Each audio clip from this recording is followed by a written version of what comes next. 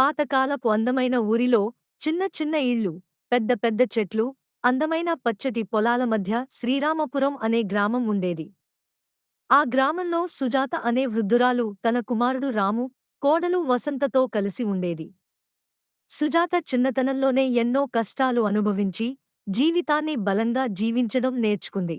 అయితే తన కోడలు వసంతకు మాత్రం అనుభవం తక్కువ. వసంత చాలా మంచిదే కాని ఇంటి పనులపై ఎక్కువగా శ్రద్ధ చూపేది కాదు.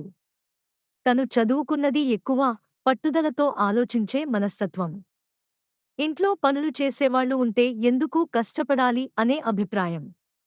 ఇక అత్త సుజాత మాత్రం మళ్లీ మళ్లీ పనుల గురించి మందలించేది. ఒకరోజు వసంత తక్కువ ఉప్పు వేసిన వంటను రుచి చూసిన సుజాత కోపంగా, ఇలాగే చేస్తే ఎలా? నీ ఇంట్లో ఇలా వండేవారా అని గట్టిగా అడిగింది. వసంతకు బాధేసింది. కాని తను నిశ్శబ్దంగా ఉండిపోయింది. ఇలా రోజులు గడిచేవి. వసంత ఏం చేసినా సుజాత తనను బాగానే మందలించేది. ఇంట్లో సర్దుబాటు లేదని అనిపించేది. కొన్నిసార్లు రాము తన తల్లి, భార్య మధ్య ఇరుక్కుపోయేవాడు. ఒకరోజు వసంత తన భర్త రాముతో, నీ అమ్మ నన్ను అర్థం చేసుకోవడం లేదు, ఏం చేసినా తప్పే అని బాధపడింది.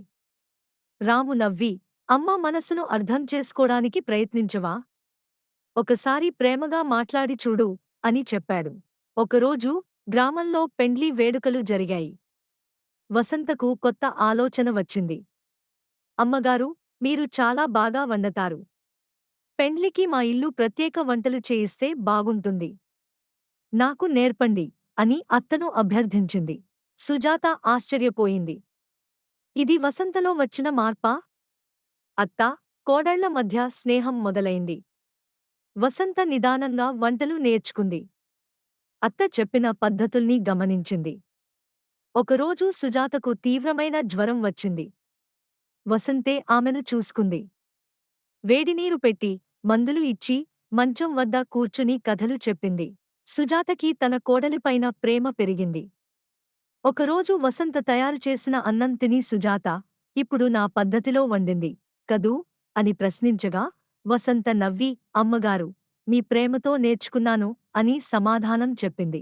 ముగింపు: ఆ రోజునుంచి అత్త, కోడళ్ళు ఒకే కుటుంబంగా మారిపోయారు.